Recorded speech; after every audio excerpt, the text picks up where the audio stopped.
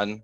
Welcome to Baird's IPO Reboot series. I'm Tom Schadewald, a director in Baird's Equity Capital Markets Group, and I'm delighted to be joined here today by Steve Burwell and Mark Schwartz for the recording of our second episode in the series on preparation for public listing. For those who missed the first session, the Reboot series is really a series to act as a practical guide for private companies looking to learn the ABCs of going public. We cover topics from IPO preparation all the way to what to do once you're publicly listed.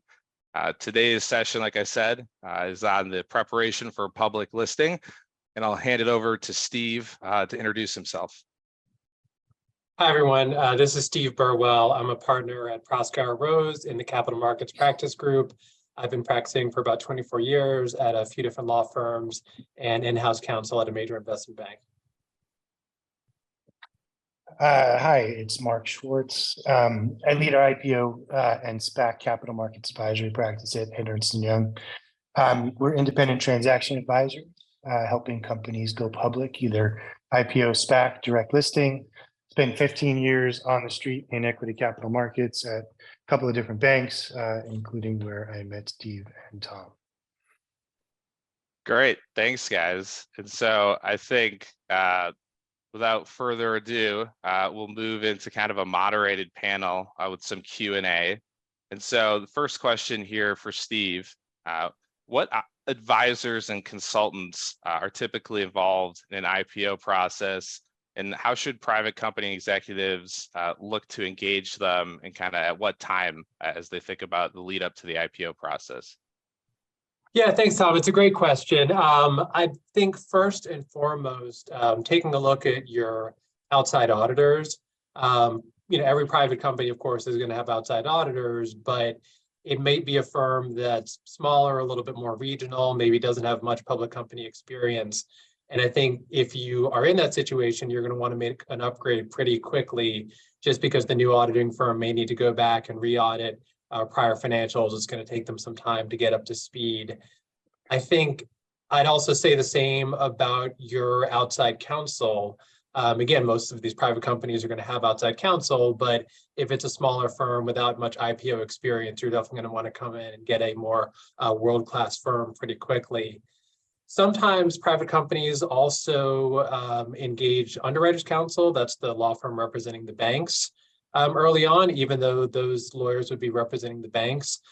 Sometimes you see a firm that has historically been across from a private company, either representing banks in a lending relationship or representing another party across from the firm. And it's a law firm that already knows the company, even from an adversarial relationship.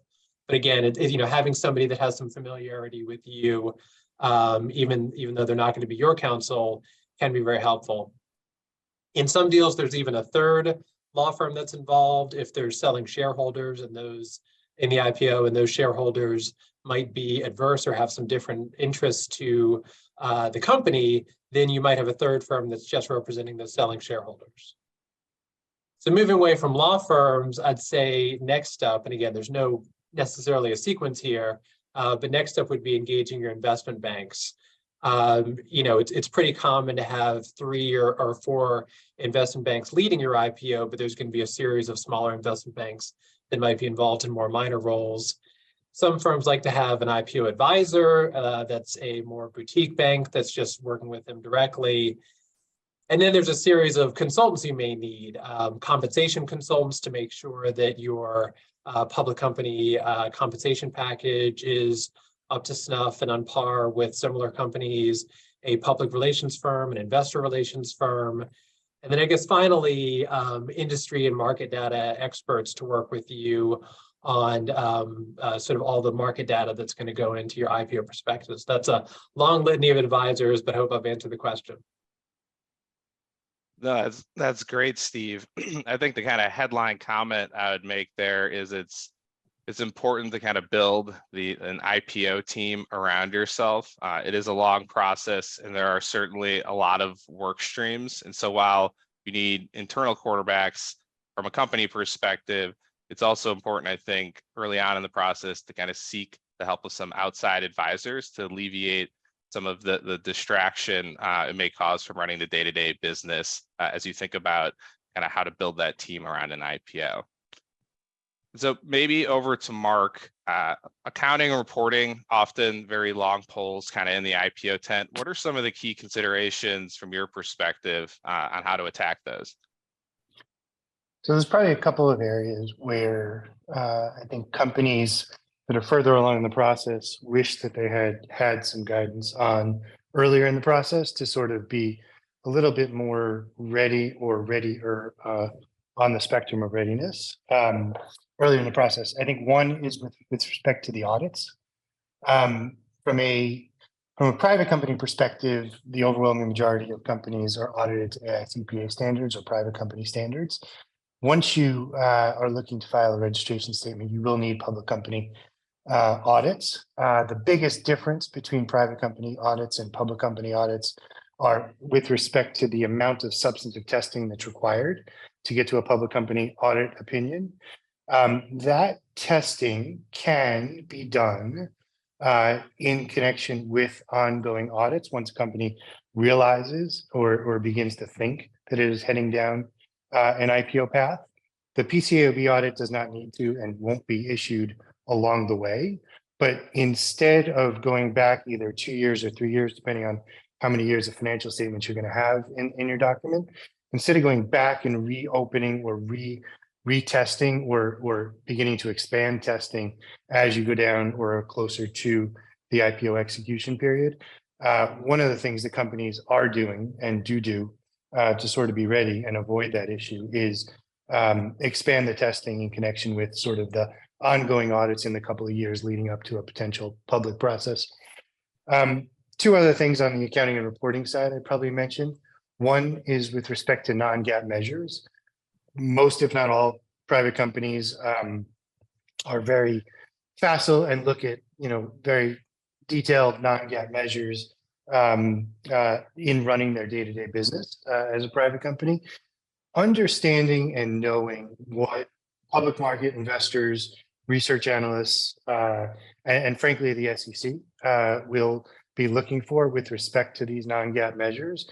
Doing that earlier in the process and seeing how the street effectively will view them and will be able to view the company, I think is important earlier than is typically done for these private companies. And then three is with respect to key performance indicators or KPIs. Companies typically, I'll say, look at KPIs that drive their business on a directional basis when they're private, a little bit more eyeballing or spitballing as they go. But what happens is as you get close to an SEC process and you want to put some of this historical data into a registration statement or share it with investors, share it with research analysts, the process around how verifiable this information is often comes into question later on, and frankly too late, where companies need to kind of go back and think through or rethink through or revalidate or validate the information from called prior periods. And frankly, a lot of times they're not able to get to a point where they and counsel are comfortable with it. And they often end up needing to go without it in the registration process and in the marketing process, which is never ideal. Yeah, that's a great point, Mark. As you think about kind of some of the stuff as you're preparing for the IPOs, just to revisit some of those critical kind of metrics and performance indicators and make sure that they fit in the public markets kind of box. And so maybe Steve, I know we just talked about some of the longer lead time items from an accounting and reporting perspective, but given you're our resident legal expert on the phone today, what are some of the longer lead time items from a legal documentation and from a diligence perspective? Yeah, sure. So some of the longer lead time items can be just structural at the outset. I mean, for example, if the company is an LLC or a partnership or an S Corp or something, it's almost definitely going to want to convert to a C Corp for a public company listing. And sometimes jurisdiction of incorporation may need to be changed. Again, it's not a requirement, but the vast majority of public companies are headquartered in, or not headquartered, but are incorporated in Delaware. So you may want to consider reincorporating in Delaware just to take advantage of the long history of jurisprudence that's available there. A company might want to consider a stock split, a reverse stock split, increase authorized shares, make other changes to their certificate of incorporation or bylaws. I mean, again, all these things are pretty simple to do when you're a closely held private company, but get much more complicated if you're a public company.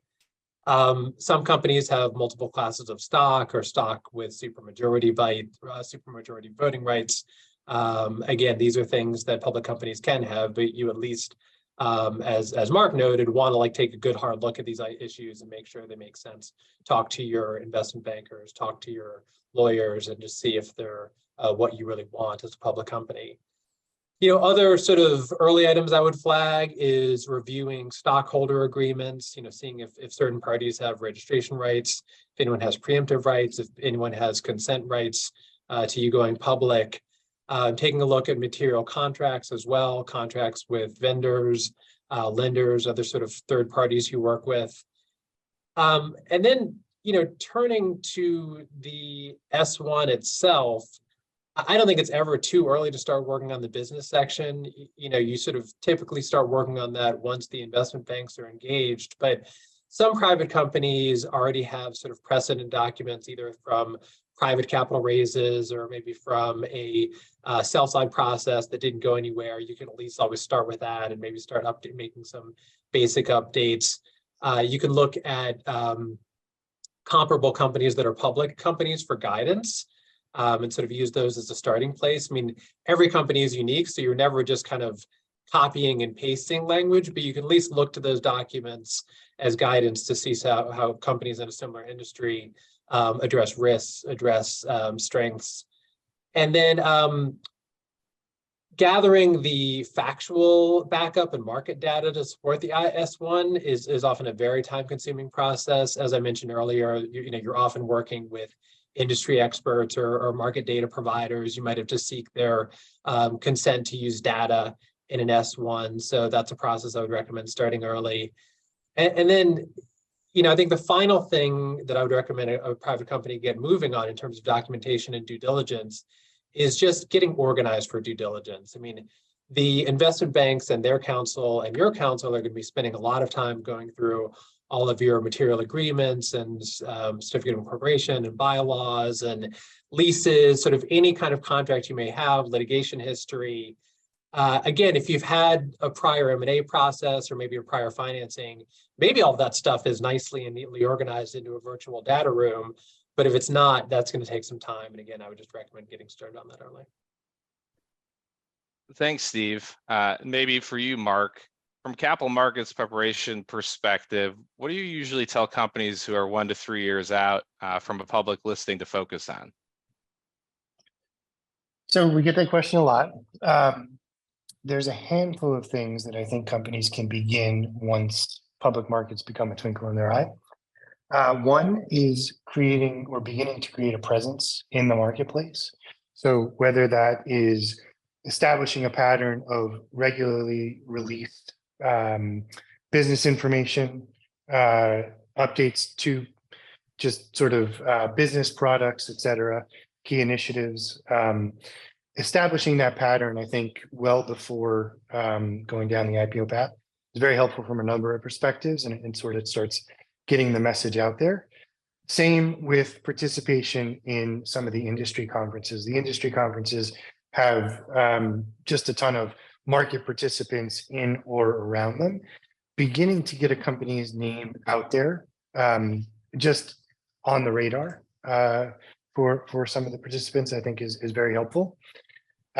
We often tell companies as well to study the various paths to getting public earlier on in the process. So company may think it's, IPO or bust right up front. There may be an interloping SPAC or other type of transaction that comes in, but using some of the downtime before getting to that fast and furious point to really understand some of the economics, best use cases, sort of prior transactions, regardless of path, so direct listing, SPAC, or IPO. How these processes actually work and come together, I think is very helpful before you get into the thick of things. And then finally, and amongst the most important, I think, is with respect to the company's model. Obviously, private companies use their models for budgeting, for managing cash and the like, but ultimately the model from a public company perspective needs to be highly predictive and highly, I'll say, attuned to the business from a forward perspective. So using the model as part of managing the business, using the model to begin to predict your results, even while you're a private company, is extremely helpful. And we actually counsel companies to begin to provide guidance internally, obviously, but kind of use the model to come up with guidance on a public company schedule. So X number of days post quarter end for the forward quarter, for the forward year, on certain metrics that they believe they will ultimately look to guide on, with certain precision and ranges that would be used as a public company. And then most importantly, going back and looking 30 days later, 60 days later, and more back at the guidance, how predictive it was, and continually trying to improve the predictability in the model, I think is certainly the key to getting to a model that is most usable once you're public. Thank you, Mark. Maybe switching kind of topics a little bit here. For you, Steve, how should private companies begin to think about kind of board requirements and governance more broadly as they look to access the public markets? Yeah, it's a good question, and it's one that we get a lot just because the board and the CEO's relationship with the board, of course, is one of the most important things that a company is going to be dealing with. And I'd say, typically in a private company, you have board members that have been around for a long time. I mean, if the private company is majority held by a private equity firm or a VC, often it's just 3 or 4 representatives of the VC. You may have some people that are, how should I put it, resistant to change and maybe sort of like the way things have been working. But as is going to be apparent in a public company context, you're probably almost certainly going to have to bring on new board members. And the working relationship with those new board members is of critical importance.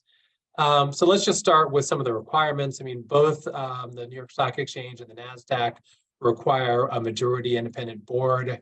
There are some exceptions for what we call controlled companies that have, more than a 50% larger shareholder and foreign private issuers. But I would say in practice that even if you are able to take advantage of some of these exceptions, you may not want to, just because from a governance standpoint, often the large institutional investors that you're going to be courting in the IPO process and the proxy advisory firms prefer an independent board. Everybody just sees that as good sort of market standard corporate governance. So, with your current board members, the first thing you're going to have to do is just understand if anyone qualifies as independent. I mean, there's a kind of customary process where you give everybody a director and officer questionnaire, and you ask sort of a standard list of questions. If the director has been employed by the company, or if a family member has been employed, or if they have some kind of contractual relationship with the company, or a family member might. There's sort of any number of things that are going to bounce a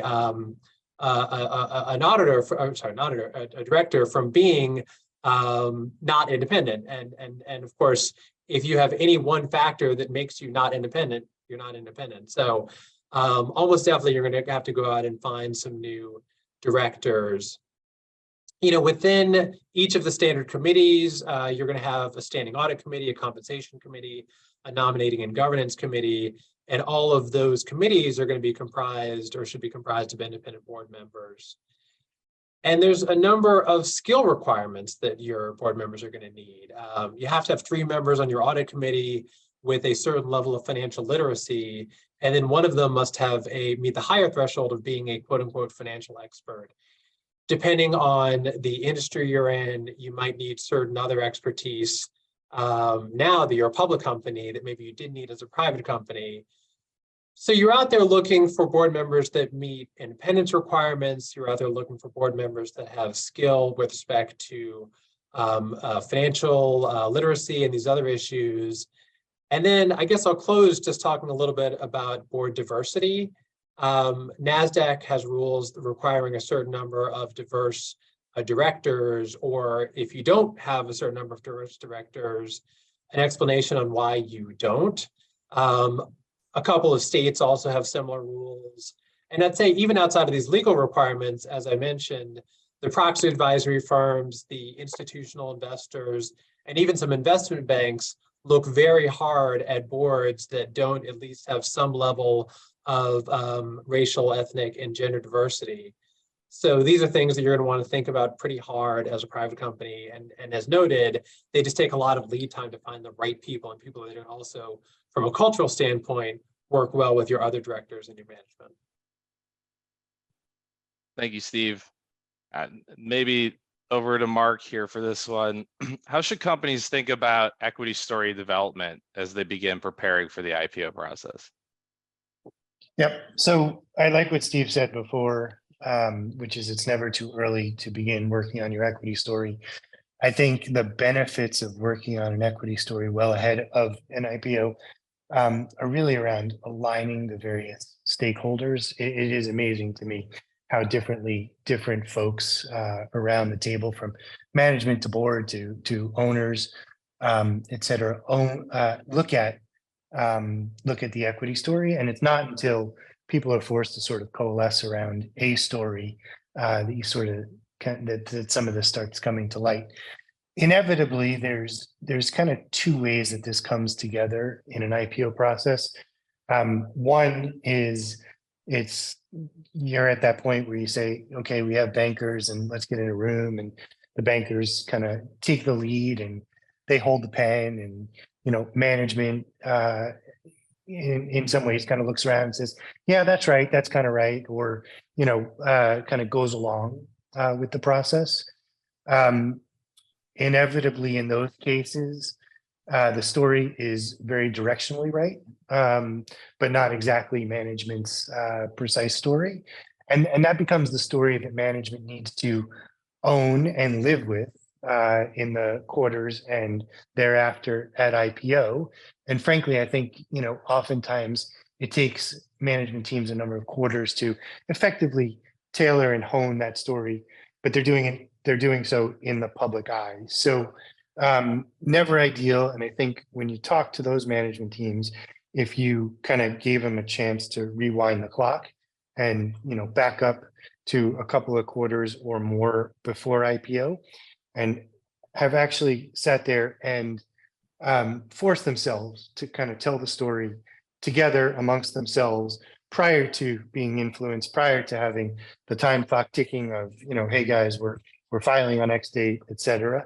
I think you would find that companies who have gone through this process would have preferred to go through the more methodical process. The other benefit to starting early, like Steve says, and actually working this on an internal company basis, is you do have a very significant opportunity to test your thoughts with members of the analyst community. Meetings are permissible, certainly well ahead of IPO. Analysts can be pretty candid. It can be a pretty, I'll say, a fulsome two-way dialogue. And I think the analysts can be quite beneficial for companies that are thinking through their story and how they want to position themselves within the market. Same thing with investors, investors who are potentially crossover investors, investors who are very interested in the space, both learning about the space for other investments that they have and learning about potential future new opportunities within the space. I think speaking to them can be quite enlightening. And bankers are always willing to provide their time for free. Well up front, they get to know companies. companies get to, I'll say, reap the benefit of the sector knowledge from the investment bankers. So, you know, once again, I like the way Steve put it, and never too early to get started.